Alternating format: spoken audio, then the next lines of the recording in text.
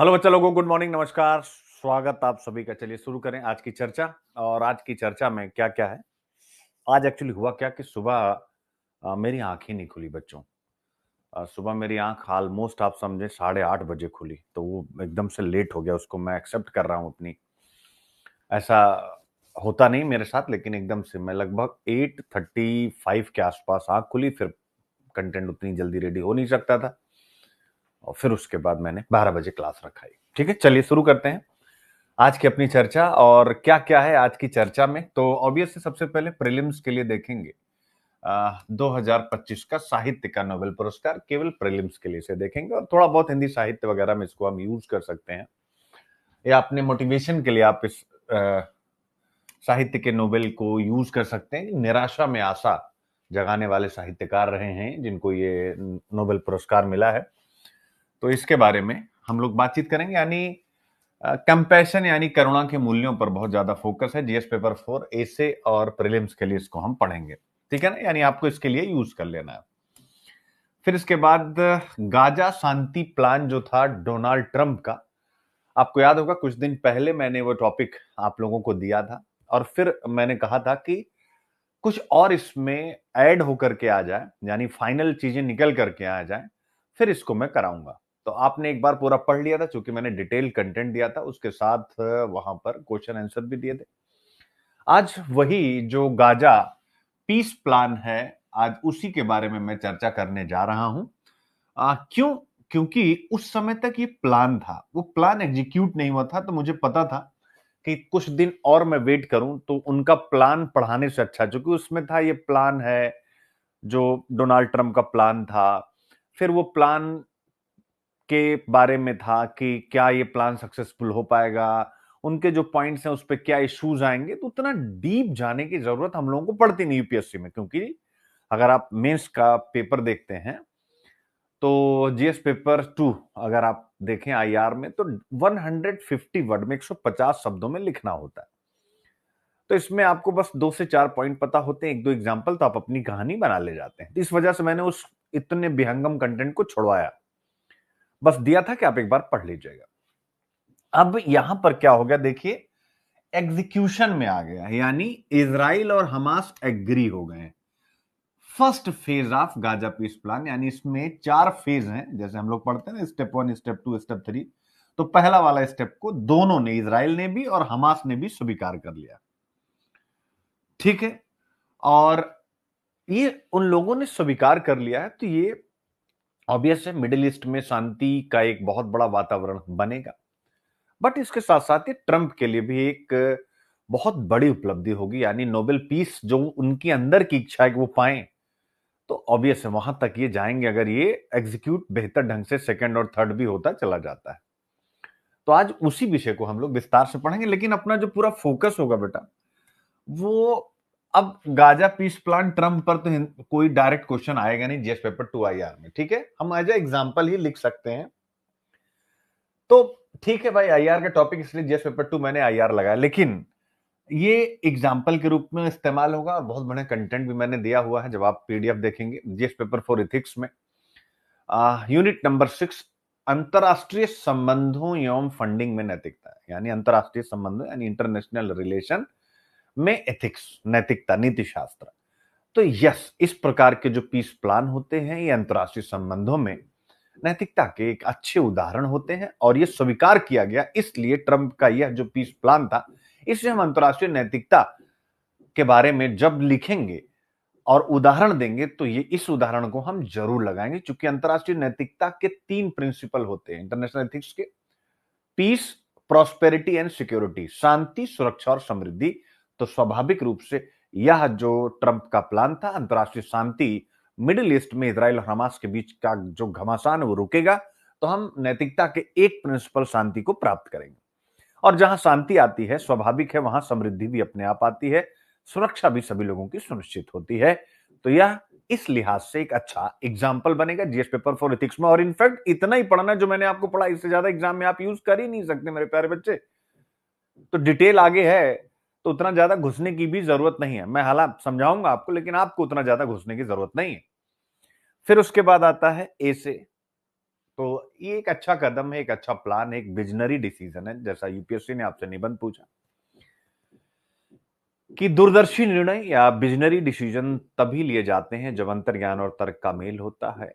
ठीक है, intuition and logic जब मिलते हैं, तो ट्रम्प का प्लान भी इंट्यूशन एंड लॉजिक के साथ है, इसीलिए वो एक्सेप्ट भी हो रहा है। और एक विजनरी डिसीजन है, मिडिल ईस्ट में शांति, संपूर्ण विश्व में शांति। परिणाम क्या होगा? इस समय जो वैश्विक आर्थिक समृद्धि कमजोर पड़ रही है वो मजबूत होगी।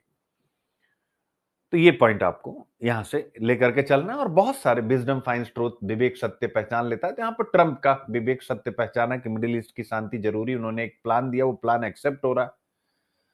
नेतन्याहू थोड़ा सा तन रहे थे, लेकिन ट्रंप सख्त हो गए। ऑब्वियस, अमेरिका के बिना इजराइल कुछ है नहीं, सिंपल सी बात है। तो ये अच्छा एक टॉपिक आएगा। और फिर प्रीलिम्स के लिए तो हम इस प्लान के बारे में कुछ क्वेश्चन आपको देंगे प्रैक्टिस के लिए। अब यहां पर एक और एग्जांपल, आज की क्लास में मेरे प्यारे बच्चों केवल और केवल एग्जांपल्स हैं। अगर आप कहें तो मैं क्लास को, और आज आप सब सोचिएगा भी कि जरूरी नहीं होती कि हिंदू की क्लास 2 घंटे 3 घंटे चले। जैसे आप नोटिस करेंगे तो मैंने क्या किया, जब नोबेल पुरस्कारों की बात आई, फिजिक्स का, केमिस्ट्री का, मेडिसिन का, तो आपने देखा होगा लगभग 3 घंटे मैंने एक एक नोबेल पुरस्कार डिस्कस किया, क्योंकि वहां नीड थी, उसका जबरदस्त इस्तेमाल था। प्रीलिम्स, मेंस और डीप एनालिसिस की नीड थी, और वो मैंने किया। आप सबने पसंद भी किया, एक भी डाउट नहीं है। लेकिन आज के जितने भी टॉपिक हैं मेरे प्यारे बच्चों, अगर मैं यही डिस्कस कर दूं ना, तो भी आपको अंदर का कुछ पढ़ने की जरूरत नहीं, केवल प्रीलिम्स के क्वेश्चन की प्रैक्टिस। और वाई इन न्यूज, वो तो मैं यही बता दे रहा। तो हमें टाइम मैनेजमेंट करना भी बहुत जरूरी होता है। जैसे मैं एक छोटा सा एग्जांपल दूं, कल मेरी एक पर्सनल मेंटरशिप में एक बच्चा आया यूपी से। तो अब उसका मैं प्लान बना रहा था। अगर आप बेटे हो क्लास में तो अपने नाम के साथ यहां बताओ, ठीक है? क्योंकि मैं ऐसे बच्चों का नाम लेना थोड़ा बंद किया हूं, बीच में एक आध बार कभी कभी आ जाता, वो भी रोक दूंगा, चूंकि जब बच्चे सेलेक्ट हो जाए देन फिर चीजें आगे बढ़े। तो उसने मुझसे पूछा, सोचिए आप, उसका ये चौथा अटेम्प्ट होगा, 3 अटेम्प्ट गड़बड़ हो चुका है, प्री नहीं हुआ। उसने मुझसे पूछा कि सर, टाइम किस सब्जेक्ट को कितना दूं? तो मैंने उसको बोला कि बेटे कितना घंटा निकालोगे? जो एक स्टार्टिंग की बातचीत होती है, उसने कहा सर 8-10 घंटा तो मैं निकाल लूंगी। मैं कहा ठीक है। फिर मैंने उसको पहली चीज क्या रोकी, आप सोचो कि मैं अपना नुकसान कैसे करता हूं। लोग चाहते हैं कि व्यूज बढ़े, लाइक्स मिले, कमेंट मिले, नहीं। मैंने उसको कहा बेटे तुझे अब क्या करना है, लेकिन आप उससे कॉपी मत करिएगा, क्योंकि वो पर्सनल मेंटरशिप में है, तो उसका एक अलग सिस्टम डेवलप हो जाता है। बस बता रहा हूं, मैंने उसको कहा तुम वीकेंड पे हिंदू देखो, बस 5 दिन ऑप्शनल और प्रीलिम्स चलाएंगे। क्या है? केवल ऑप्शनल और प्रीलिम्स, और उसका पूरा एक प्लान बनाया गया है। तो मैं यही चीज आप सबके साथ अगर लागू करूं जो पर्सनल मेंटरशिप में नहीं है, तो उसको वीकेंड क्यों कहा? मैंने कहा बेटे देख, बहुत सारे टॉपिक ऐसे होंगे। उसने कहा सर वीकेंड में हो जाएगा 6 दिन का कंटेंट? हमने कहा नहीं होगा, लेकिन सब में घुसने की जरूरत नहीं है ना।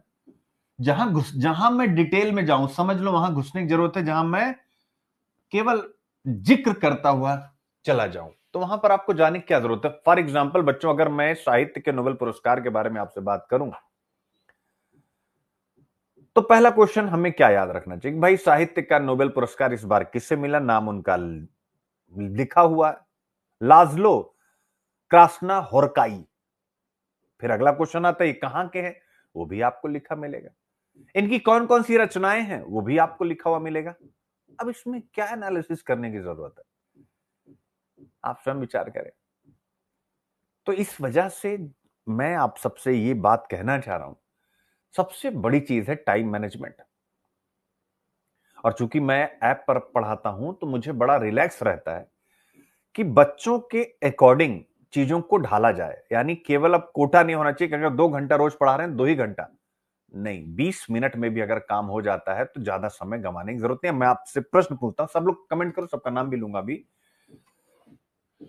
क्या इजराइल हमास गाजा शांति योजना पर इससे ज्यादा कुछ जानने की जरूरत है? अगर मैं पहले चरण की डिटेल भी आपको दूं कि पहले चरण में पहला पॉइंट ये होगा, दूसरा पॉइंट ये होगा, तीसरा पॉइंट जो कि नोट्स में है, मुझे आप बताइए 4 चीजें होंगी, क्या वो किसी भी प्रकार से प्रीलिम्स या मेंस में, प्रीलिम्स में तो आएगा नहीं कि पहले चरण में क्या था, और मेंस में क्या आप उसको लिख पाएंगे? क्योंकि अगर वो 4 पॉइंट पहले चरण का, 4 स्टेज हैं, अगर 4-4 पॉइंट लेंगे 16 पॉइंट होंगे, और हमारे यूपीएससी के मेंस में 150 या 250 शब्द में लिखना है आपको आईआर, मैक्सिमम 150 क्वेश्चन, तो फिर क्यों हम वहां सर खपाएं? वहां सर कहां खपाएंगे? वो आपको बढ़िया से कंटेंट में रहता है, वो मैं बताता रहता हूं कि भाई कि अभी तक मिडिल ईस्ट में इजराइल और अन्य जो मिडिल ईस्ट के देश हैं उनके बीच में कौन कौन सी शांति वार्ताएं हुई है, सबकी लिस्ट दी हुई, वो आप याद कर लीजिए। प्रीलिम्स से पूछेगा कि भाई इनमें से किसका संबंध इजराइल मिडिल ईस्ट शांति वार्ता के साथ नहीं, इनमें से किन समझौतों का संबंध उनके साथ है, किसके साथ नहीं, वहां सारा लिखा, वो पढ़ लीजिए, दैट्स इट, फिनिश। और मेंस में जो मैंने बताया इसके अलावा कोई यूज नहीं, दैट्स इट। तो कहने का मतलब है कि जरूरी नहीं हर एक चीज में हम घुसें। अब अगला टॉपिक आता है मेरा पर्सनल फेवरेट, मैं सच बता रहा हूं, आज थोड़े समय के बाद मैं रोज कहता हूं ये बात, और शायद जितना मैं कहता हूं उतना आपने किसी और के मुख से ये चीज सुनी नहीं होगी। चैट जीपीटी का रोना रोता रहता हूं, और वो भी तब जब आप मेरे एनालिसिस को इतना पसंद करते हैं। कोई भी सब्जेक्ट मैंने हाथ लगाया हो 2019 से, हर एक सब्जेक्ट में मुझे जबरदस्त रिस्पांस मिला, कोई एक सेशन ऐसा नहीं रहा जहां पर मैं अपने आप को कहूं कि बच्चों ने उसको रिजेक्ट किया, क्योंकि हर जगह मैं इनोवेशन लेके आता हूं। और तब चैट जीपीटी नहीं था, ध्यान से सुनिएगा, तब चैट जीपीटी नहीं था। और मेरे बच्चे, जैसे एक बच्चा है बिहार पीसीएस मेंस लिखा हुआ प्रीतम, उसने कहा कि सर प्लीज रिक्वेस्ट करते हैं कि आप जो बोलते हैं ना, चैट जीपीटी आपको कभी कैच नहीं कर सकता। यानी कि मेरे बच्चों का मुझ पे इस लेवल का विश्वास है कि सर का एनालिसिस एक नंबर का है, बहुत घुस के करते हैं, मल्टी डायमेंशनल अप्रोच से करते हैं। और उसके बाद भी मैं आपसे सबसे ज्यादा बात चैट जीपीटी की करता रहता हूं कि बेटे चैट जीपीटी, आपको भी सीखना होगा, आपको सीखना होगा। जिस दिन आप सीख गए ना मेरे बच्चे, उस दिन सुनील अभिव्यक्ति केवल मेंटरशिप देगा और आपको बस बताएगा बेटे ये पढ़ना है, आप कहेंगे सर यहां फंस रहे हैं, थोड़ा सा ये कंटेंट मिल जाएगा, सुनील अभिव्यक्ति देंगे, फिर उनमें जो बारीक बारीक फंसेंगे आप उसको चैट जीपीटी से सॉल्व करेंगे, और फिर शाम को रिपोर्ट करेंगे सर आज के सारे टास्क कंप्लीट हो गए, मजा आ गया, और एक अटेम्प्ट में आप सिलेक्शन लेकर के चले जाए। वही बानगी आप यहां जरा देखिए, जो मैं कहता हूं वो चीज कैसे प्रैक्टिकल हो रही है। How ChatGPT content was used to build a case against the, यानी अमेरिका में जो आग लगी थी, उस आग को लगाने वाले को पकड़ने में चैट जीपीटी ने मदद की। यह है चैट जीपीटी का रोल। यहां पर मान लीजिए इसका एक अलग एस्पेक्ट है कि भाई जैसे मान लीजिए मैं कोई अपराध कर रहा हूं, तो मैं चैट जीपीटी की मदद ले रहा हूं या गूगल की मदद ले रहा हूं, ऐसे तो अपराधी पकड़े जाते हैं ना। जैसे मान लीजिए कोई भी अपराधी हो, ऐसा नहीं कि ये चैट जीपीटी कर रहा है इसके पहले गूगल ने नहीं किया। आप कोई भी जब सर्च करते हैं तो आपकी एक सर्च हिस्ट्री रहती है, आप कितना भी डिलीट करिए वो सर्वर में रहती है। तो क्राइम करते हैं तो आप फिर पकड़ लिए जाते हैं, हाँ भाई ये इसने 5 चीजें सर्च की है, इसका मतलब है कि एक आशंका इसके ऊपर है, ठीक है, तो एक एविडेंस के रूप में उसका इस्तेमाल किया जाता है। तो चैट जीपीटी का भी एक एविडेंस के रूप में इस्तेमाल किया। Point is clear? तो यानी उस व्यक्ति ने जो जो चीजें सर्च की थी चैट जीपीटी पर, उसके आधार पर उसे एक्यूज बनाया गया। तो चैट जीपीटी भी अब देख सकते हैं इसका कंटेंट क्या कर रहा है, अपराधियों को पकड़ने में मदद कर रहा है। यानी चैट जीपीटी एक बहुत बड़ी चीज बन चुकी है। तो आप लोग इसको अपने जीवन के लिए, यानी अपराधी को पकड़ने में उसके चैट जीपीटी कंटेंट की उपयोगिता है, तो इसका मतलब है कि चैट जीपीटी का इस्तेमाल आप देख सकते हैं अपराधी भी कर रहे हैं। तो चैट जीपीटी का इस्तेमाल आप भी करिए, सिविल सर्विसेज की प्रिपरेशन करने वाले क्यों नहीं कर सकते भाई? तो आपको कुछ लोग बरगलाने वाले कह देंगे कि नहीं करना चाहिए क्योंकि इट्स अ बिजनेस, क्योंकि अगर बच्चा चैट जीपीटी करना सीख जाएगा ना, तो आप विश्वास करिए जो नॉर्मल टीचर है ना, वो मेरे बच्चे एकदम से वॉश आउट हो जाएंगे और मैक्सिमम वॉश आउट होंगे। मैं भी हो सकता हूं उसमें, ऐसा नहीं, मैं भी अगर मैं इनोवेट नहीं करूंगा, नई चीजें नहीं लाऊंगा, मैं भी बाहर होऊंगा। आप देखिएगा 2 साल में। और आपके लिए सबसे ज्यादा मैटर इसलिए करता है क्योंकि यूपीएससी सीटें 1,000, लिख लीजिए इसको अपनी कॉपी में, सीटें 1,000। और बोलिए क्या ये सही है कि नहीं? सीटें 1,000। पहले क्या होता था, जब तक चैट जीपीटी इस प्रकार के टूल्स नहीं थे, तब तक जो बच्चे लवासना में या सरदार पटेल एकेडमी में या जहां जहां पर उनकी ट्रेनिंग होती है, जब वो ट्रेनिंग करते हैं 2 साल तक उनके पास समय नहीं होता कि वो एक्स्ट्रा पढ़ाई कर सकें, यानी वो अपने पूर्व ज्ञान के आधार पर ही अटेम्प्ट करते थे। अब चैट जीपीटी है उनके पास, तो वो चैट जीपीटी क्योंकि वो पास कर चुके हैं, उन्हें और स्ट्रांग बनाने में, स्किल्ड करने में मदद कर रहा है। जो चीज पहले उनको सुनील अभिव्यक्ति से मंगाने में, यानी 1 हफ्ते का टाइम लगता था कि ये वाला नोट्स सर भिजवा दीजिए, अब उस प्रकार के ना जाने कितने नोट्स वहीं पर चैट जीपीटी पर अवेलेबल है और बहुत अच्छे फॉर्मेट में, और उन्हें पता भी है कि क्या गलत है और क्या सही है, क्योंकि वो एक बार पास कर चुके हैं। अब फाइट और बढ़ गई है, आप इस चीज को नहीं समझेंगे, थोड़े टाइम में आपको समझ में आएगा।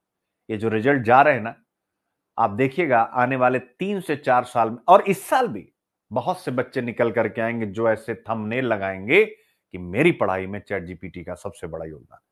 कनिष्क कटारिया को याद करिए, उस लड़के ने क्या कहा था कि मेरी पढ़ाई में इंटरनेट का 90% योगदान है। तो ये चीज आपको समझना होगा मेरे प्यारे बच्चों की, अब जमाना बदल गया, चीजें बदल रही हैं। तो आप कनिष्क कटारिया के समय में चैट जीपीटी नहीं था, लेकिन क्या उन्होंने बोला कि नहीं? उनका इंटरव्यू आप फॉलो कीजिए, 90% कंटेंट इंटरनेट से। तो इसका मतलब कोई उनका एक गाइड कोई ना कोई रहा होगा, उनका दोस्त भी हो सकता है, सीनियर भी हो सकता है। तो उसी प्रकार से मैं आपके लिए एज अ मेंटर यहां खड़ा हूं। प्लीज अपने आप को बहुत एम्पावर कीजिए, हर एक छोटी चीज में किसी की तरफ देखना नहीं, किसी से नाराज नहीं होना। आज सुनील सर ने दल बदल पढ़ाया, अगर यहां से 2 पॉइंट फंस रहे हैं, चलो देखा जाए क्या चैट जीपीटी इसको समझा सकता है। आपने उसको कहा कि भैया ये 2 पॉइंट आ रहे हैं, थोड़ा मैं कंफ्यूज हूं, मुझे समझाओ। यही कमांड उसको देनी होती है मेरे बच्चे, वो आपको समझाता है। धीरे धीरे आपको चैंपियन, लेकिन हाँ, भागना नहीं, बगैर मेंटर के काम चलेगा नहीं। ये मैं पहले कह रहा हूं कि तकनीकें हमेशा आई हैं, लेकिन कभी गुरु का महत्व खत्म नहीं हुआ।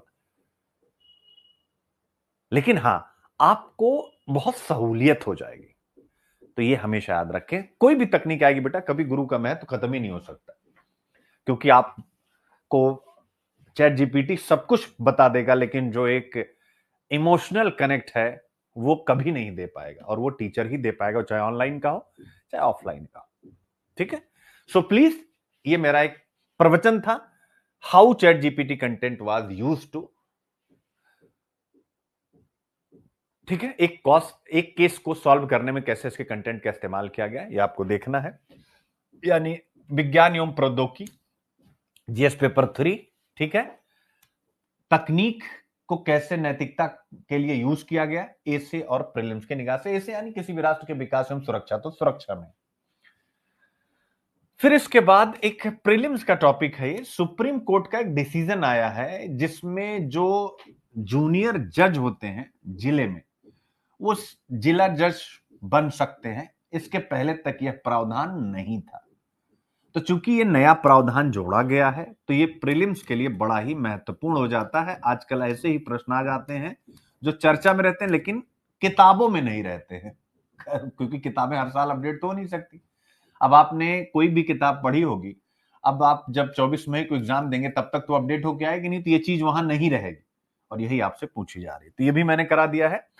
और बाकी बेटा आज वही फिर रसायन का नोबेल हर जगह ही है, द हिंदू में भी वही, लास्ट जलो क्रास जना होरकाई, इनका नाम पढ़ने में मुझे इतनी दिक्कत हुई और एक बार हंसी भी आई। तो मैंने सोचा कि ये लोग भी जब हम लोगों का नाम पढ़ते होंगे, हरदन हल्ली डोडा गौड़ा देवे गौड़ा, इनको भी बड़ी समस्या होती होगी। जैसे इनका नाम मुझे पढ़ने में, देख लास्ट जलो क्रास्ट जन्ना होरकाई, मतलब इनका नाम मैं कैसे बोल रहा हूं जैसे कि मैं पढ़ा लिखा नहीं हूं। तो साहित्य में नोबेल पुरस्कार इन्होंने जीता है। ऑब्वियस है, कंपैशन, करुणा, प्रसन्नता, इन सब विषयों पर तो मैंने एथिक्स भी रख दिया, एसी और प्रीलिम्स, लेकिन आप केवल प्रीलिम्स के लिए भी पढ़ेंगे तो भी चलेगा, ठीक है ना। फिर इसके बाद वही इजराइल और हमास सहमत हो गए हैं डोनाल्ड ट्रंप के प्लान से, यहां पर भी चर्चा में रहा और यहां पर भी आया, यानी जो क्वांटम मैकेनिक्स को नोबेल पुरस्कार जो मिला है, जिसके बारे में मैंने, तो आप खुद देखिए कि एक बार ही घुस के डिस्कस कर दिया, अब रोज रोज हमें डिस्कस करने की जरूरत नहीं है, ठीक है। बाकी जो कल के टॉपिक थे वो भी एक बार फिर से आपके सामने रखेंगे, सबकी हल्की हल्की चर्चा कर दूंगा। तो ये सब तो कल वाले हो ही चुके थे, यानी जो इन्वेसिव स्पेसीज हैं, अगर आप कहेंगे कि आपने पढ़ लिया, एक बार कमेंट करते जाइए इसमें कोई डाउट था किसी बच्चे को, क्योंकि ये मैं कल पढ़ा नहीं पाया था, समय बहुत ज्यादा हो गया था केवल नोबेल पुरस्कार को ही डिस्कस करने में। आक्रामक प्रजातियां, इन्वेसिव स्पीसीज, ठीक है, इनके बारे में बताएं। एक दुविधा प्रस्तुत करती हैं, दस्तावेजीकरण करें या संरक्षण करें। तो क्या ये आप लोग पढ़ लिए थे, इसमें कुछ आया था डाउट, एक बार मुझे बताएं, ठीक है। फिर इसके बाद जो सुप्रीम कोर्ट का एनवायरमेंट पर फैसला था, आप सबने पढ़ा, एक बार मुझे बताएं। आई लव मोहम्मद, ये तो मैंने स्टार्टिंग में ही कल बहुत विस्तार से सोसाइटी को जोड़ करके डिस्कस कर दिया था, तो बताने की जरूरत ही नहीं। और ये केमिस्ट्री का नोबेल, ये सारी चीजें तो बताने की जरूरत है। हाँ, आज ये वाला टॉपिक आप लोगों को कराऊंगा, फ्यूचर एंड ऑप्शन ट्रेडिंग वाला, चूंकि ये प्रीलिम्स के लिए बड़ा ही अच्छा पॉइंट है। किलर सिरप, ये एथिक्स में आपने यूज कर लिया होगा, तो दोबारा इसमें कुछ काम करने की जरूरत है नहीं, क्यों बच्चों। अब आता है 2025 साहित्य का नोबेल पुरस्कार, मेरे प्यारे बच्चों। तो आपसे 2025 के साहित्य के नोबेल पुरस्कार के बारे में अगर हम बात करें तो क्या पूछेगा भाई, पहला यही पूछेगा कि, ठीक है, ट्रांसलेशन पे कुछ नहीं जाना, बस इनका नाम याद रखना है, ठीक है ना, क्लियर है, इनका नाम आप याद रखिएगा। तो आपसे पहला प्रश्न पूछेगा किसे ये अवार्ड दिया गया, तो आप इनका नाम यहां देख सकते हैं, साफ साफ लिखा हुआ है, ठीक है ना, लासजलो क्रास्नाहोर्काई, इनका नाम आप याद रखिएगा। और फिर आपसे पूछा किस देश से संबंधित हैं, तो हंगरी से संबंधित हैं, और उनकी बहुत सारी किताबें हैं मेरे प्यारे बच्चों, जिनकी पूरी लिस्ट आपको दे दी जाएगी, ठीक है। तो बहुत सारी किताबें हैं, आपको नोट्स में मिलेंगी वो सारी किताबें, और प्रीलिम्स के क्वेश्चन के साथ, ठीक है। यहां मैंने ये लगा दिया है कि आप चाहें तो भारत एवं विश्व के नैतिक विचारकों में इनको भी शामिल कर सकते हैं, क्योंकि अगर इनको साहित्य का नोबेल मिला है तो अब ये हम यहां उनको शामिल कर सकते हैं। इनकी बहुत सारी किताबें हैं, जैसे एक किताब है शैतान टैंगो, शैतान टैंगो, ठीक है ना। ये बहुत कठिन नाम है बेटा, हंगेरियन में बहुत कठिन नाम है, लेकिन ये इसको देसी भाषा स्टाइल में बना रहा हूं। वॉर एंड वॉर, ये तो इजी था, युद्ध है युद्ध, और अगला है प्रतिरोध की उदासी, इस प्रकार के कई नाम हैं, आप उसको देख लीजिएगा, ठीक है। तो बस इसको प्रीलिम्स के लिए, बाकी और कुछ भी नहीं, छोड़ दीजिए, इसमें कुछ भी ऐसा नहीं जो हमें देखना हो। बाकी आप सब इस कोर्स के प्रति बहुत क्यूरियस हैं, बहुत अच्छी इंक्वायरी आई है, मुझे बड़ा अच्छा लगा कि इस बीच जितनी भी इंक्वायरी है उसमें सबसे ज्यादा इसी कोर्स की आई है, comprehensive course on current affairs for prelims 2026। ये बहुत मतलब बहुत अच्छा लगा, क्योंकि इस टाइप की अप्रोच अगर आपकी है कि इस बार चारों तरफ से घेरेंगे, स्टैटिक घेर रहे हैं, अब करंट पढ़ रहे हैं तो स्टैटिक और जीएस एक साथ घेर रहे हैं, बहुत अच्छी बात है, ठीक है ना। तो नेक्स्ट फ्राइडे ये लॉन्च हो जाएगा, आप सब इसका हिस्सा जरूर बनेंगे। बाकी यूपीएससी की तैयारी आप सब मेरे साथ कर सकते हैं, किसी भी कोर्स का हिस्सा बन सकते हैं, और ऑप्शनल हब एक नई शुरुआत मैंने की है, आपका जो भी ऑप्शनल है आपको मेंटरशिप देने को मैं तैयार हूं। ये हमारा कॉन्टेक्ट नंबर, ठीक है। इजराइल हमास गाजा शांति योजना के पहले चरण पर सहमत, ट्रंप बड़ी कूटनीतिक उपलब्धि के कगार पर। ये बड़ी चीज है, इस बीच ट्रंप को बहुत ज्यादा हंसी का पात्र बनाया जा रहा था, लेकिन एक बहुत बड़ी उपलब्धि होने जा रही है। इजराइल हमास ट्रंप के नेतृत्व वाली युद्ध विराम समझौते और बंधकों की रिहाई पर सहमत हो गए, ठीक है ना। अब आप इसको पढ़िए, यानी वो मिडिल ईस्ट भी जाना चाह रहे हैं कि भाई हम जाएं, और जो है वहां पर खुद शांति की इस प्रक्रिया का हिस्सेदार बने, ठीक है। तो क्या इसको कुछ बताने की आवश्यकता है, आप मुझे बताएं। बोलिए।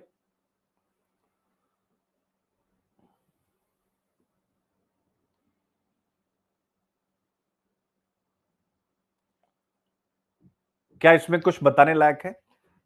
इजराइल फिलिस्तीन संघर्ष 1948 से शुरू होता है और जब इजराइल बना तो लाखों फिलिस्तीनी अपने घरों से विस्थापित हो गए। जब वो अपने घरों से विस्थापित हो गए, उस विस्थापन के लिए एक सांकेतिक शब्द का इस्तेमाल किया गया। उस सांकेतिक शब्द का नाम था नकबा, NAKBA, यानी महाविनाश।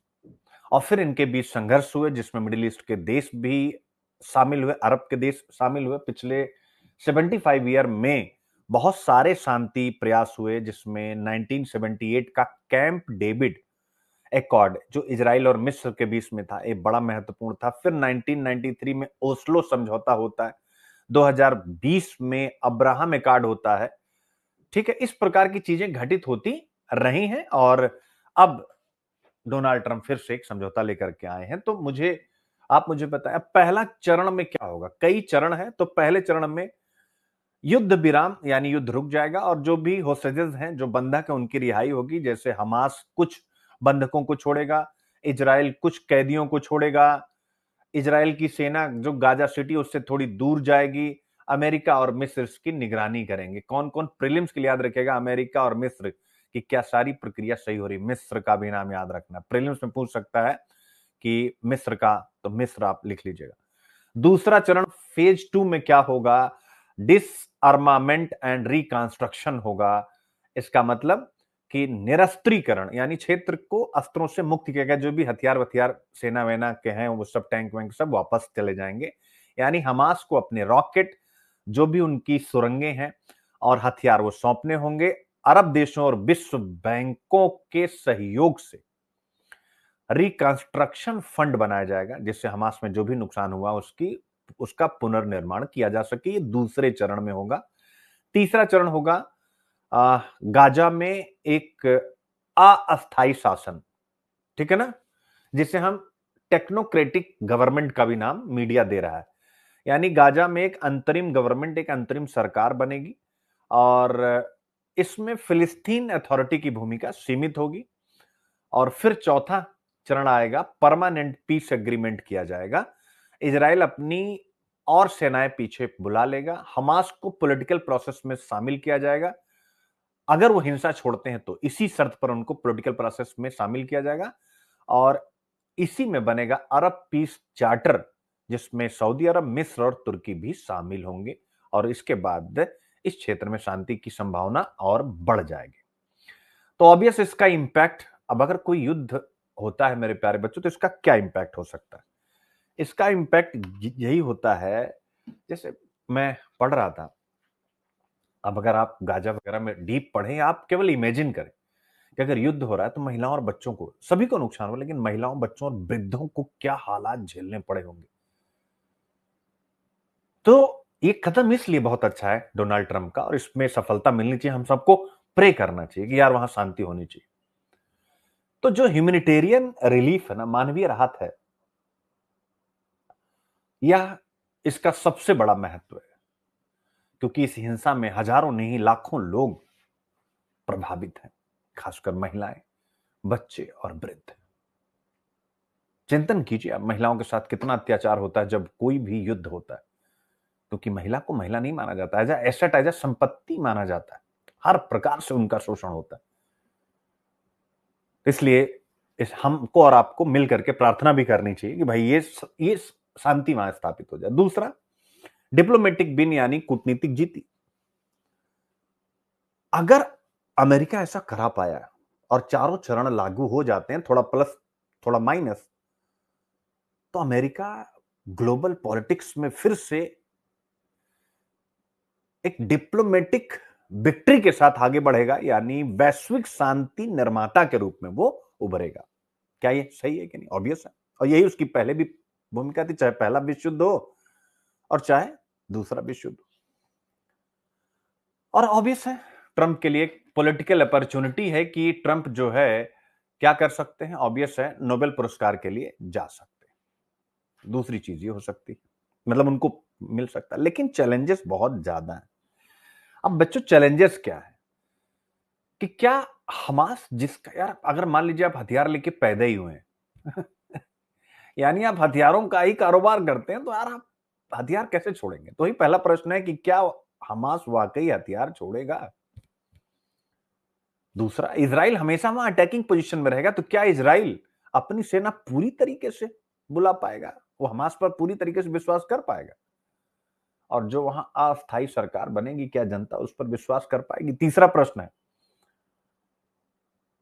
चौथा, ईरान कभी नहीं चाहेगा मिडिल ईस्ट में शांति हो भी अमेरिका की लीडरशिप में। ईरान के अस्तित्व पर भी एक प्रश्न उठेगा। तो ईरान और हिजबुल्लाह जैसे संगठन, ईरान देश और हिजबुल्लाह जैसे संगठन स्वाभाविक रूप से इसे विफल करने की कोई भी प्रोसेस छोड़ेंगे नहीं। ये भी एक बहुत बड़ा चैलेंज है।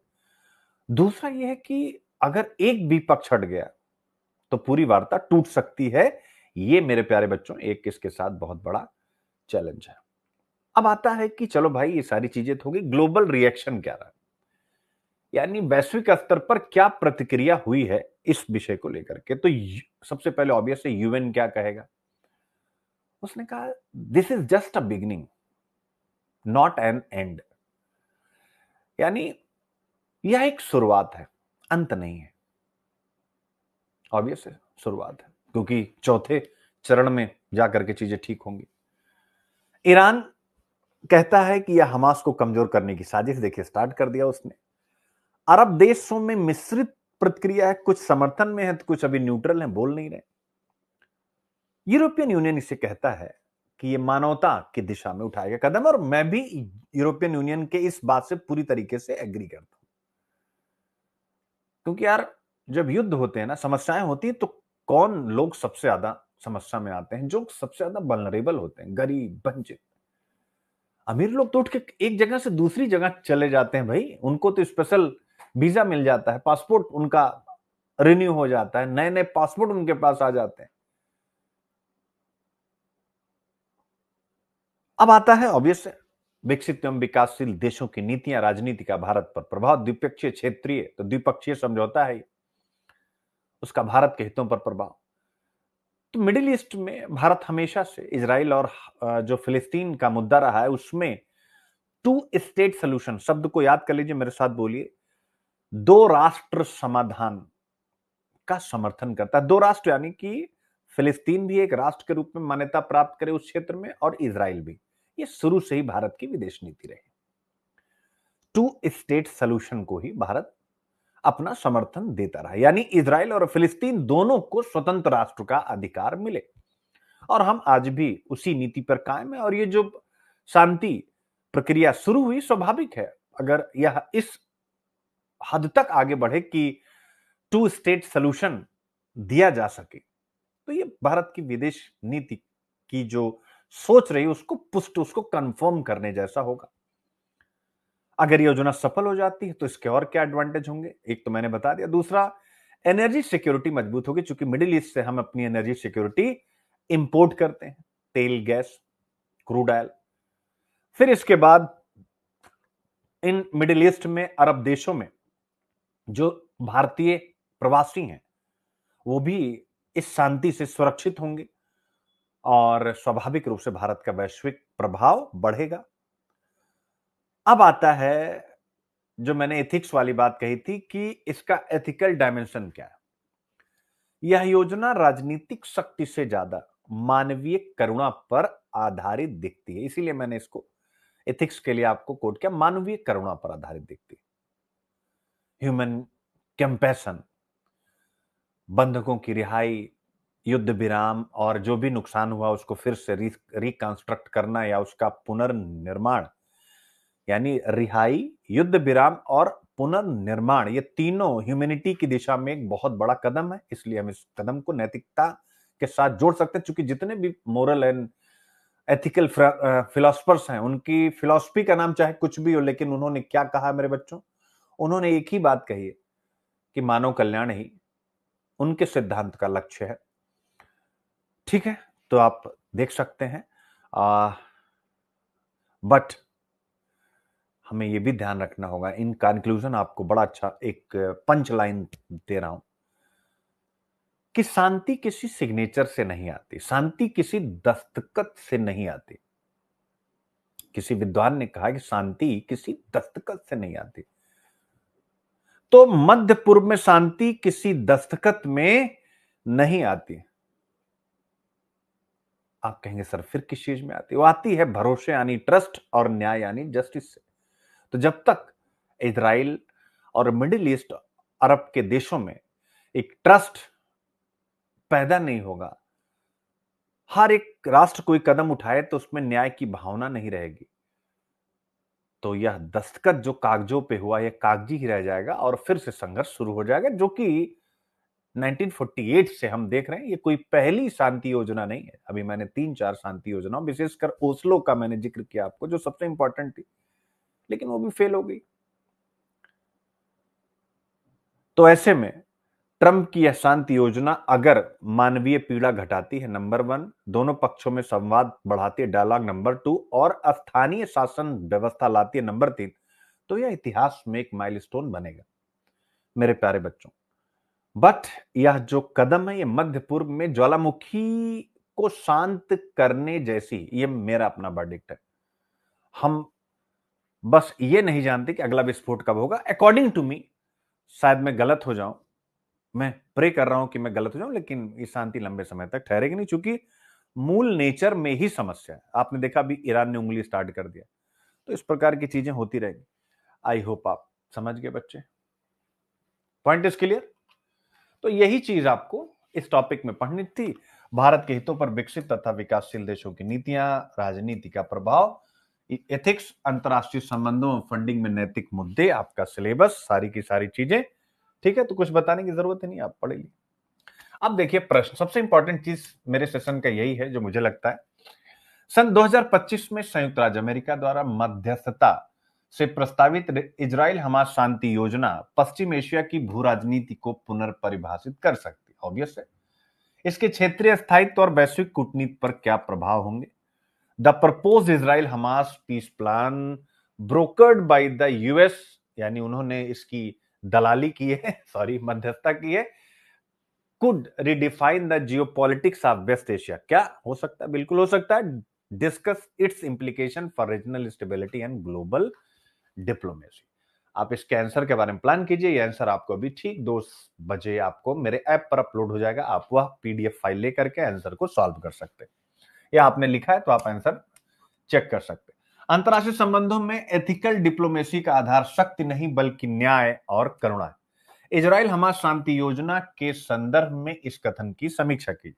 The basis of ethical diplomacy in international relations is not power but justice and compassion. Obvious है, इसको मैंने एथिक्स के एंगल से बता दिया है।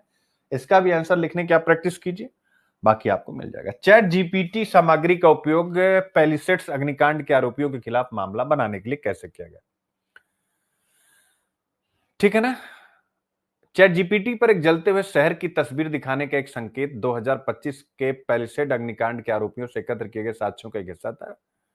बस इसको इतना बस बच्चों याद रखना है कि चैट जीपीटी का एविडेंस के रूप में, चैट जीपीटी कंटेंट का अपराधियों को पकड़ने में एविडेंस के रूप में इस्तेमाल हो रहा है। दैट्स इट, और कुछ भी नहीं पढ़ना है।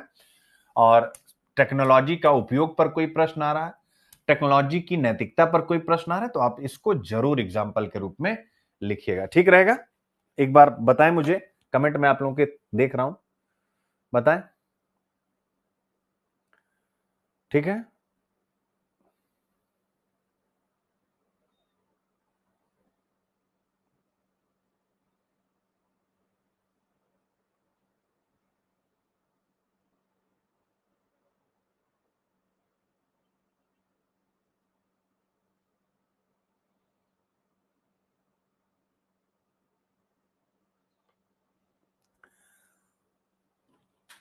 कर लेंगे।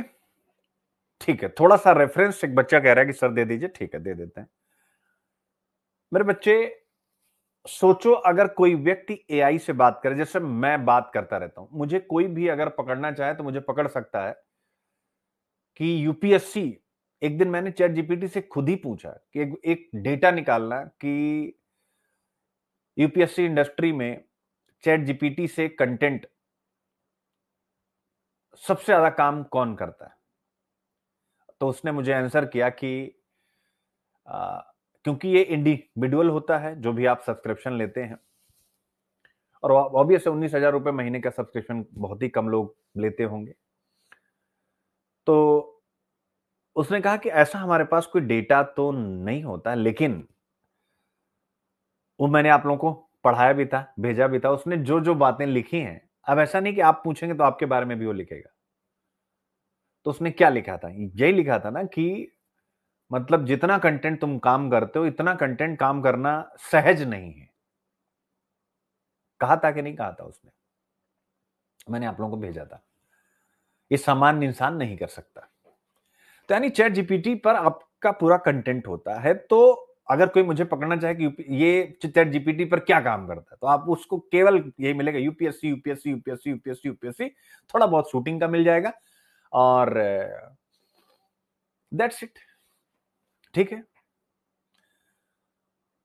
और उसमें भी बहुत सारे इनोवेटिव, बहुत सारी बातें मैं ऐसी कंटेंट के रेफरेंस में बातचीत करता हूं, जैसे गाजा वाला आया, ये इजराइल गाजा में जो ये पीस की बात हुई, तो इसका मैंने बच्चों और महिलाओं का एंगल ढूंढा, और फिर उसको मैं लेके गया प्रथम और सेकंड वर्ल्ड वार के साथ जोड़ा, फिर इतिहास के साथ जोड़ा कि युद्ध होता है तो महिलाओं को कितने किस किस प्रकार के नुकसान होते हैं।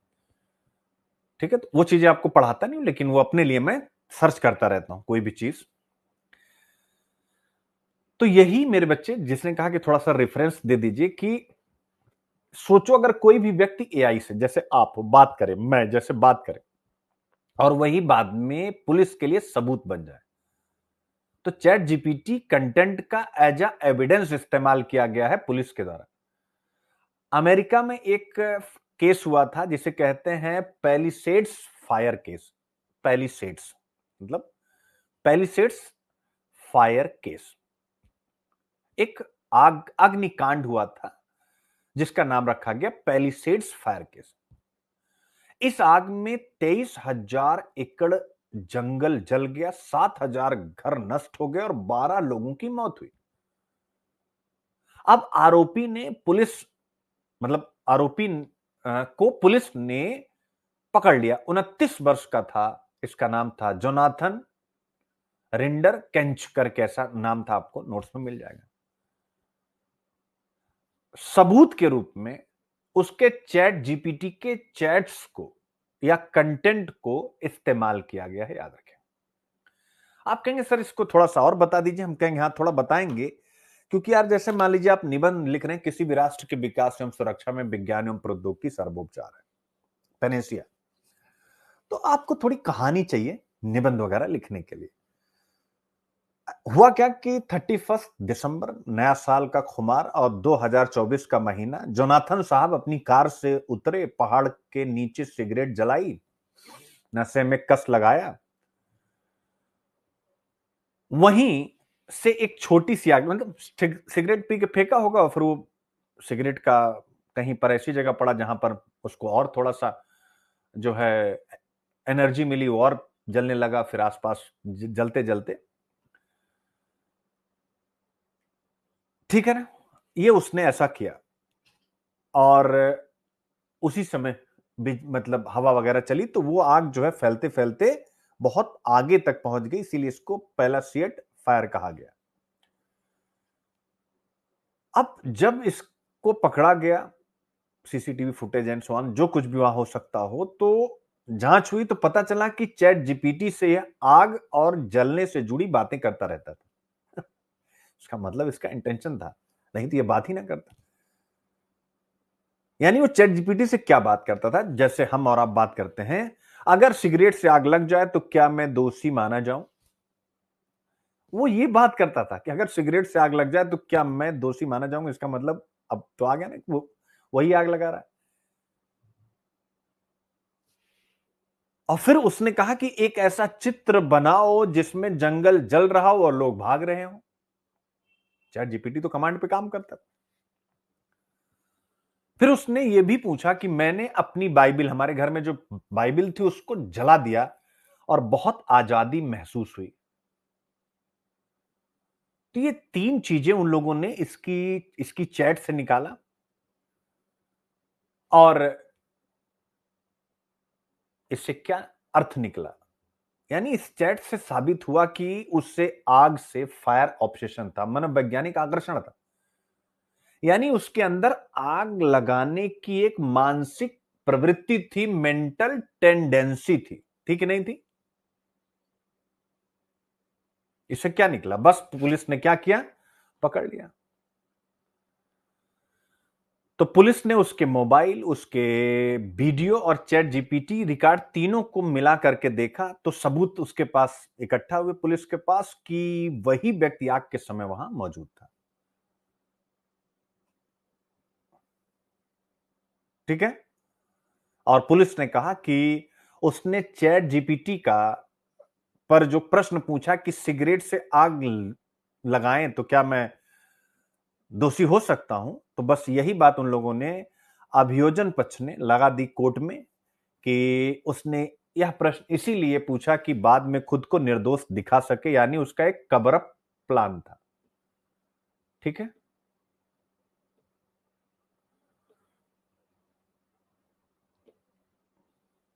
तो बस आपको इतना,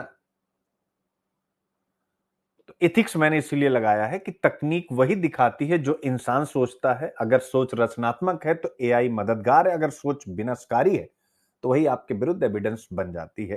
तो तकनीक का जैसा आप उपयोग करोगे, यही विषय इसमें है मेरे प्यारे बच्चों। तो एज ए एग्जाम्पल इसको आप बहुत बढ़िया से यूज कर सकते हैं। ठीक है, ठीक है। सुप्रीम कोर्ट ने जूनियर जजों के लिए सीधे जिला जज बनने का रास्ता खोला। ठीक है ना। तो ये प्रीलिम्स के लिए है, जरा इसको ध्यान से देखिए, आप इस न्यूज को पढ़िए। सॉरी, मैं हट जाता हूं। ठीक है, चलिए। टोटल प्रीलिम्स के लिए है, कुछ भी नहीं है ऐसा।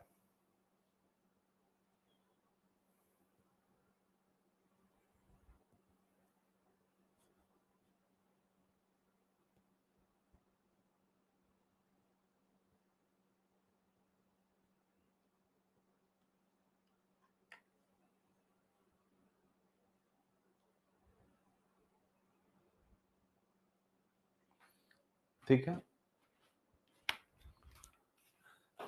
अब यही शब्द आप पकड़िए, यही आपको, अगर ये प्रीलिम्स में फैक्ट आ जाए कि निम्नलिखित में से कौन सा कथन सही है सबऑर्डिनेट जुडिशरी के बारे में, अधीनस्थ न्यायपालिका के बारे में, और ये लाइन आए केवल कि अधीनस्थ न्यायपालिका में कार्यरत न्यायाधीश सीधी भर्ती के माध्यम से जिला न्यायाधीश के पद के लिए प्रतिस्पर्धा कर सकते हैं। मेरे प्यारे बच्चों, sitting judges in the subordinate judiciary can compete for the post of district judge through direct recruitment। अब अगर यह पॉइंट आ जाता, यानी आपसे प्रश्न पूछता कि सबऑर्डिनेट कोर्ट्स के बारे में या सबऑर्डिनेट जुडिशरी के बारे में दिए गए स्टेटमेंट में से कौन सा सही है, तो चूंकि ये करंट का है, ठीक है, कल का है, तो शायद अगर आप केवल किसी एक बुक एम लक्ष्मीकांत या एनसीईआरटी के भरोसे जाते तो आपको दिक्कत हो जाती। तो बस यही चीज आपको याद रखनी है फॉर प्रीलिम्स एग्जाम। और जिस केस में यह फैसला दिया गया है संविधान पीठ के द्वारा, आपको नोट्स में विस्तार से मिलेगा मेरे प्यारे बच्चों। उस केस का नाम है रजनीश केवी, क्या है, रजनीश केवी बनाम दीपा 2025।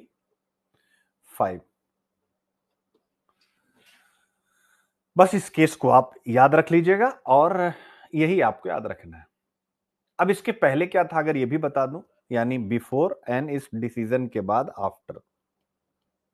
बाकी नोट्स में प्रीलिम्स के एमसीक्यू वगैरह सब बने, आप आसानी से कर लेंगे। बिफोर क्या था कि जो वकील होते थे 7 साल की अगर वो प्रैक्टिस करते, कौन, वकील 7 साल की अगर वो प्रैक्टिस करते हैं लगातार, तो ये 7 साल की प्रैक्टिस के बाद सीधे वो डिस्ट्रिक्ट जज बन सकते थे, यानी जिला जज बन सकते हैं। वकीलों के लिए था, लेकिन जो जज होते थे, ये फैसला जज के लिए आया है, वकीलों के लिए नहीं आया। लेकिन जो जज होते थे, जजेस, फॉर द जजेस क्या था कि प्रमोशन के जरिए ही वो जिला जज बन सकते थे। यानी पहले वो जूनियर जज होते, फिर सालों का इंतजार करते, फिर वो जिला जज बनते या डिस्ट्रिक्ट जज बनते। याद रखेगा। और 2020 में सुप्रीम कोर्ट ने एक केस हुआ था, उस केस में कहा भी था, धीरज मोर केस उसका नाम था, धीरज मोर, कि जो पहले से जज हैं वो डायरेक्ट रिक्रूटमेंट से नहीं आ सकते, यानी वो प्रमोशन से ही आएंगे, वकील रिक्रूटमेंट से आ सकता है। अब अपने इसी निर्णय को, धीरज मोर केस में दिए गए निर्णय को सुप्रीम कोर्ट ने बदल दिया। मुख्य न्यायाधीश बी.आर. गवई की अध्यक्षता में 5 सदस्यीय बेंच बैठती है और उन्होंने इस जो 2020 में सुप्रीम कोर्ट ने कहा था मिस्टर मोर केस में, उन्होंने कहा कि उस समय सुप्रीम कोर्ट का इंटरप्रिटेशन गलत था, ओल्ड इंटरप्रिटेशन गलत थी। और फिर उन्होंने एक आर्टिकल का जिक्र किया जिसको आप रट लीजिएगा, आर्टिकल 233(2) का मतलब यह नहीं कि जो पहले से सेवा में हैं वे पात्र नहीं। वो कहते हैं कि यह अनुच्छेद सिर्फ न्यूनतम योग्यता बताता है, तो इसको बस याद रखिएगा, इसका संबंध किससे। इसलिए अब वकील और न्यायिक अधिकारी दोनों डायरेक्ट रिक्रूटमेंट से डिस्ट्रिक्ट जज बन सकते हैं, यानी कोई भर्ती परीक्षा है, दोनों पास करें और पास हो जाएं, और जिसका उद्देश्य है सर्वश्रेष्ठ व्यक्तियों का चयन, best and most suitable person for the job, ये कहा गया। बस यही इतना आपको इसमें पढ़ना फॉर प्रीलिम्स। अभी विस्तार से इस पर आपको देख सकते हैं, सारे प्रश्न बने हुए हैं। Answer will be provide in PDF. आप देखें, ऐसे ही जो बच्चे फर्स्ट टाइम देखेंगे, आपको बस ध्यान रखना है, बहुत सारे टॉपिक इसी प्रकार से आपको प्रतिदिन मेरे पीडीएफ में मिलते हैं, जो डायरेक्ट आपके, देखिए, consider the following statement regarding article 233, अब देख सकते हैं। फिर इसके बाद दूसरा प्रश्न, तीसरा, चौथा, यानी 5 प्रश्न मैंने स्वयं बना करके इस विषय पर भेजे। अब बाकी वही रसायन विज्ञान का नोबेल, तो ये सब तो ना जाने कितनी बात, फिजिक्स का नोबेल, भारत की आक्रामक प्रजातियां एक दुविधा प्रस्तुत करती हैं, ठीक है ना। क्या आप सब ने यह टॉपिक कर लिया है? आक्रामक प्रजातियां प्रीलिम्स के लिए सबका नाम मैंने दिया है, लेकिन सब कमेंट क्या करो, इतने सारे बच्चे होते हो क्लास में, लेकिन कमेंट क्या करते हो, कुछ कुछ लोग करते हो। इससे क्या होता ना कि सब बच्चों को, अगर किसी को नहीं भी समझ में आया, मैंने पहले कहा था इसमें केवल प्रीलिम्स के लिए पढ़ना है, और एक मेंस का क्वेश्चन दिया था, कर लो प्रैक्टिस, क्या पता, तो इसमें कोई डाउट तो रहा नहीं होगा, ठीक है, कोई दिक्कत नहीं थी, ठीक है। तो ये बिल्कुल प्रीलिम्स के लिए था, सभी लोग कह रहे हैं कोई दिक्कत नहीं थी, और ये प्रश्न आप लोगों को दिया गया था कि भारत में आक्रामक विदेशी प्रजातियों से उत्पन्न प्रमुख चुनौतियों की चर्चा की। देखिए, जरूरी नहीं कि मैं यहां पर अगर कोई भी लेस इंपॉर्टेंट टॉपिक है और उसमें अगर मैं मेंस का क्वेश्चन दे रहा हूं मेरे प्यारे बच्चों, तो ये इसलिए नहीं दे रहा हूं कि मेंस में पूछा जाएगा। आपको याद होगा एक दिन जब मैंने पिछले फ्राइडे को शायद क्लास नहीं ली थी, आप लोगों से खुद होमवर्क कराया था, तो उस समय आपने देखा होगा ऊपर लिखा भी था हेडिंग में कि मेंस का क्वेश्चन प्रीलिम्स के कॉन्सेप्ट को और बेहतर करने के लिए। तो ये जो मेंस का क्वेश्चन है, ये प्रीलिम्स के कॉन्सेप्ट को और बेहतर करने के लिए, कि अगर आप इसको सॉल्व कर लेते हैं और मेरे आंसर को पढ़ लेंगे, तो आप प्रीलिम्स में क्या आएगा कि निम्नलिखित में से कौन सा ऑब्लिक से इन्वेसिव एलियन स्पेसीज की चुनौतियों के बारे में सही, 1 2 3 4 5, ठीक है। तो ये सारी चीजें। अब a verdict that Mrs the knee print. Supreme court ने 16 मई 2025 को एक अहम फैसला सुनाया। वो फैसला क्या था आपके सामने, एक बार जरा स्क्रीन पे, इसको मैं थोड़ा सा समझा दूंगा, एक बार आप जरा इसको देखिए फटाफट बच्चों।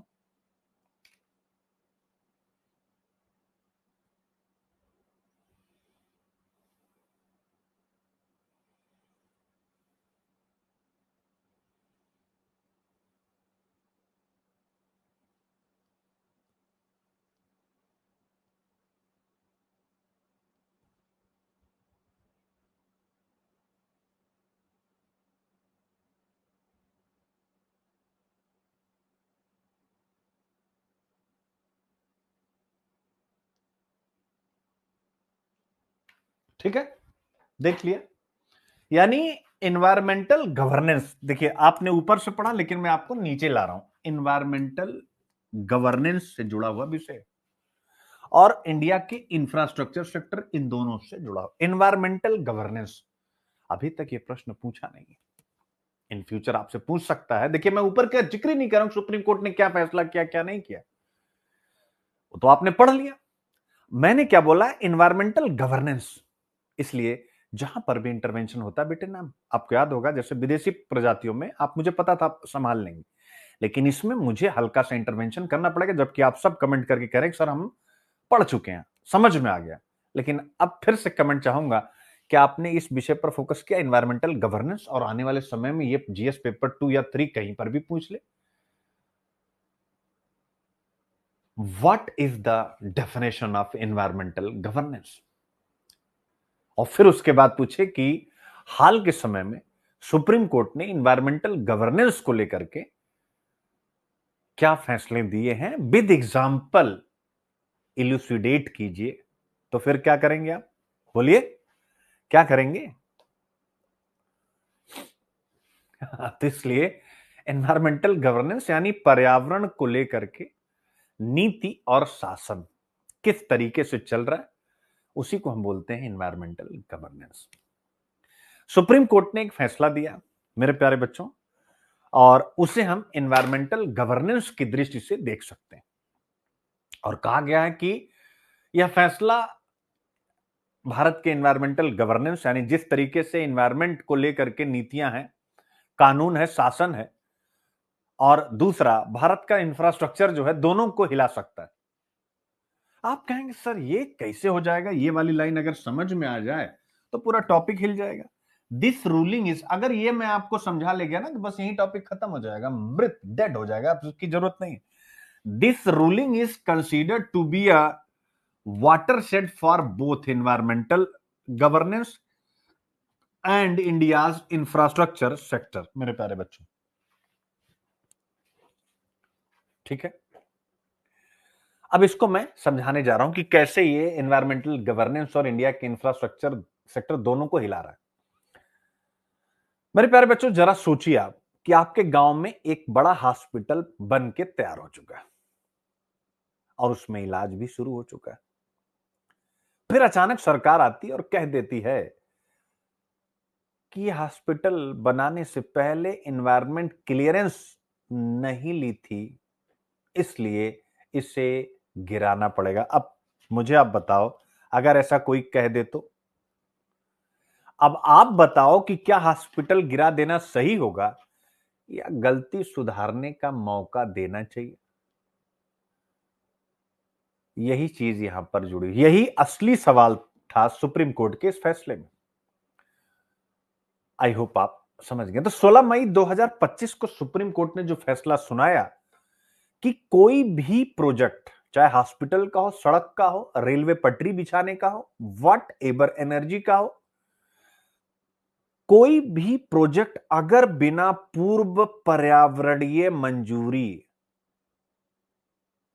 प्रायोर एनवायरमेंटल क्लियरेंस के बना है, संबंधित डिपार्टमेंट से, सेंटर और स्टेट दोनों के, यानी ऑब्वियसली पर्यावरण मंत्रालय और उससे जुड़े जितने भी इंस्टीट्यूशन हैं, अगर, या उनका जो जिम्मेदार इंस्टीट्यूशन है अनुमति देने के लिए, केंद्र एवं राज्य दोनों का, अगर उनसे पर्यावरणीय मंजूरी लिए बिना बना है तो उसे बाद में लीगलाइज नहीं किया जा सकता, वो इलीगल ही रहेगा। और आपको अच्छे से पता, पिछले 10 साल में मोदी सरकार की नीतियों में ये रहा है, ईज ऑफ डूइंग बिजनेस के लिए, कि भाई चलो तुम बना लो, बाद में हम क्लियरेंस दे देंगे। इसे एक शब्द से संबोधित किया जाता है इन जुडिशरी, और उस शब्द का नाम post facto, post facto environmental clearance ban. Post facto environmental clearance ban मतलब कि बाद में अब अनुमति अगर आप लेते हैं तो वह अवैध होए, यानी जितने बन चुके हैं अब उनको, सुप्रीम कोर्ट भी कभी कभी यार इतना एक्सट्रीम चला जाता है ना कि मतलब आप हिल ही जाओगे। अब इतना एक्सट्रीम नहीं जाना चाहिए। पता चला भाई आपके गांव में हॉस्पिटल बना, उसको आप गिराइए, ये तो कहीं का कुछ जो है सिस्टम नहीं, मतलब अच्छा सिस्टम नहीं। तो पहले क्या होता था, यानी अब इसका बैकग्राउंड थोड़ा सा समझाता हूं। पहले कई बिल्डर और सरकारी डिपार्टमेंट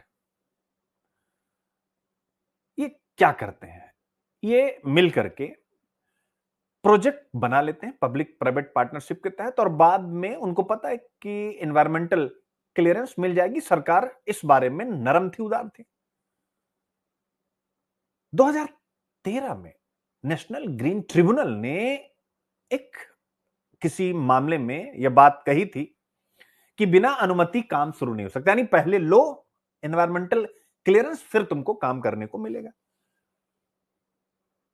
बट एनजीटी ने जो कहा, बहुत जगहों पर उसको माना नहीं गया। यानी सरकार की नीति थी, और ऐसा नहीं कोई केंद्र सरकार की, राज्यों में भी जो अलग अलग सरकार है उनमें भी, कि राज्यों को था कि भाई चलो विकास का कार्य होता रहे।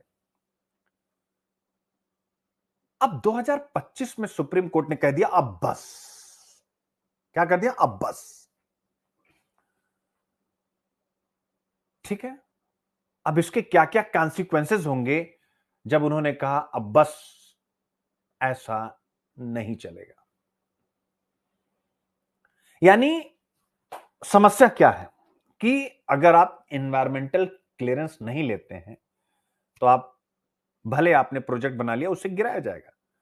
तो एनवायरमेंटल क्लियरेंस यानी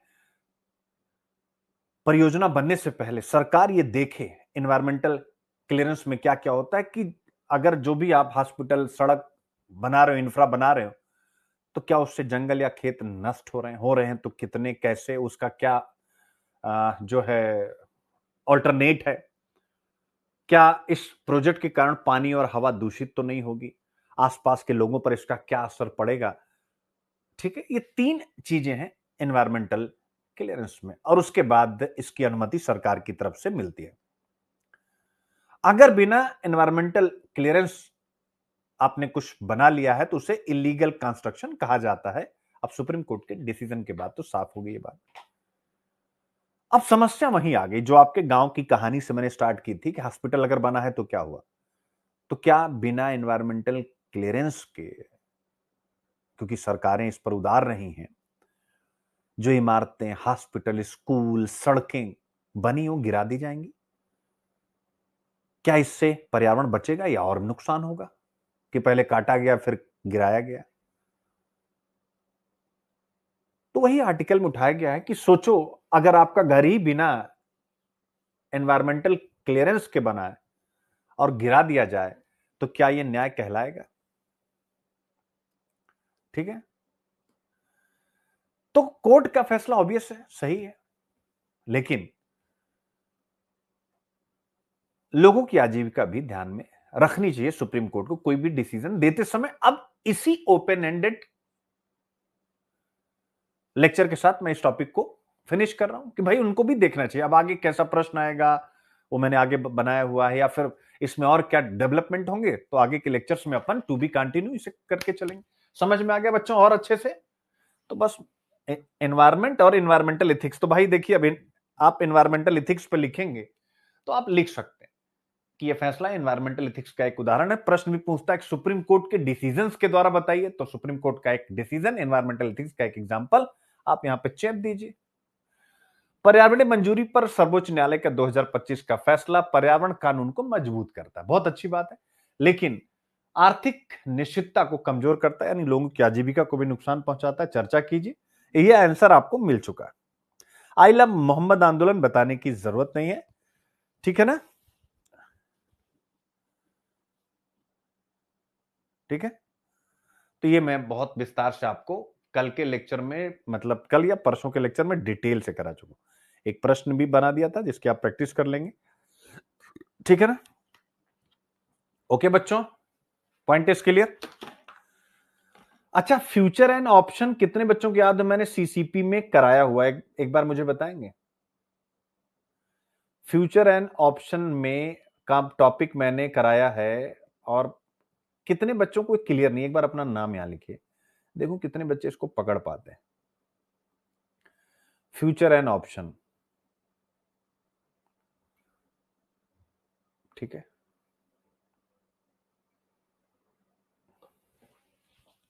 क्योंकि ये टॉपिक है एक्चुअल में अच्छा, तो हमें समझना चाहिए इसको।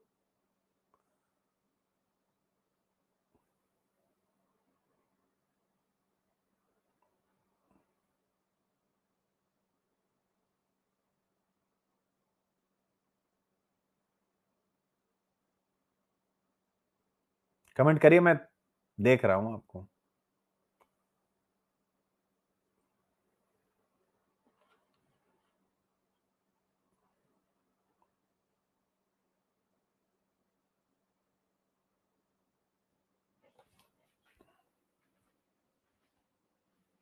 कराया है,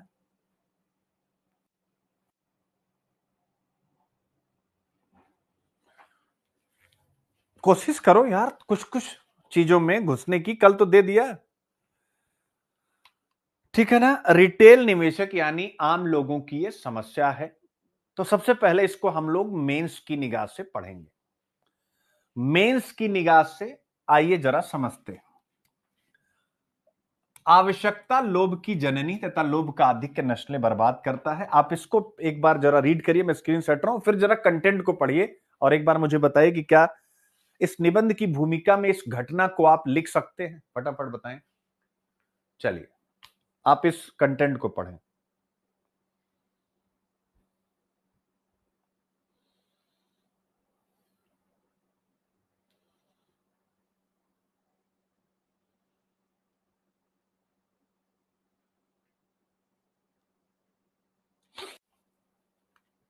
चलो भाई, इस पृथ्वी पर सभी की आवश्यकता के लिए है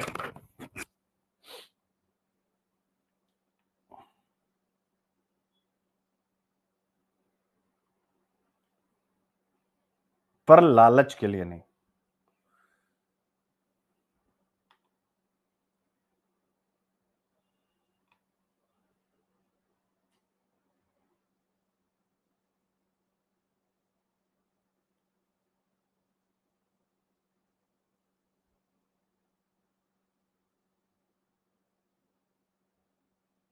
ठीक है, तो मेंस के लिए आप पढ़िए और फ्यूचर एंड ऑप्शन पर जो भी मैंने क्वेश्चन दिए हैं उनको उनकी आप प्रैक्टिस कीजिए। दैट्स इट, इसमें और कुछ भी नहीं है। किलर सिरप, इसको भी मैंने कल भी बता दिया था एग्जाम्पल के रूप में। बिजनेस इथिक्स में इस घटना को आप कि यह बिजनेस इथिक्स की दृष्टि से सही कदम नहीं था। ठीक है,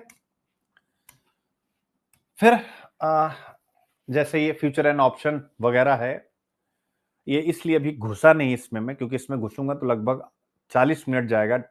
डेरिवेटिव्स वगैरह क्या होते हैं, ऑप्शन क्या होता है, पुल ऑप्शन, पुट ऑप्शन, बहुत सारी चीजें। क्यों? क्योंकि ये आप जरा अपनी निगाह पे डालिए, comprehensive course on current affairs में ये सारी चीजें मुझे करानी है इन डिटेल।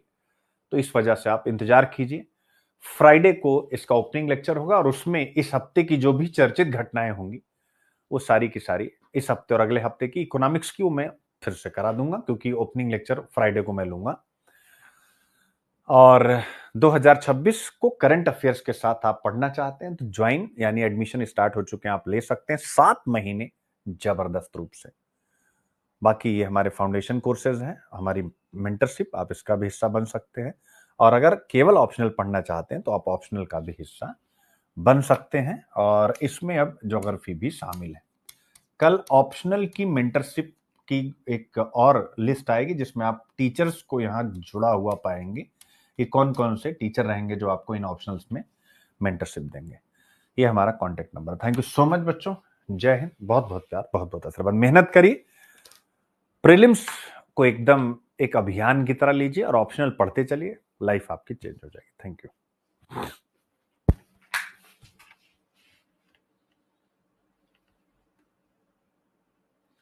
मोनिका बेटा, इस प्रश्न के उत्तर के लिए आप फ्राइडे के सेशन का इंतजार कीजिए, ठीक है ना, क्योंकि ये इंट्रोडक्टरी लेक्चर जो होगा करंट अफेयर्स के कोर्स का, उसमें मैं ये लेके आऊंगा। तो एक बार अभी बता दूंगा, फिर वहां भी बताऊंगा तो मजा नहीं आएगा, ठीक है। तो ये सारी चीजें सिखा दूंगा।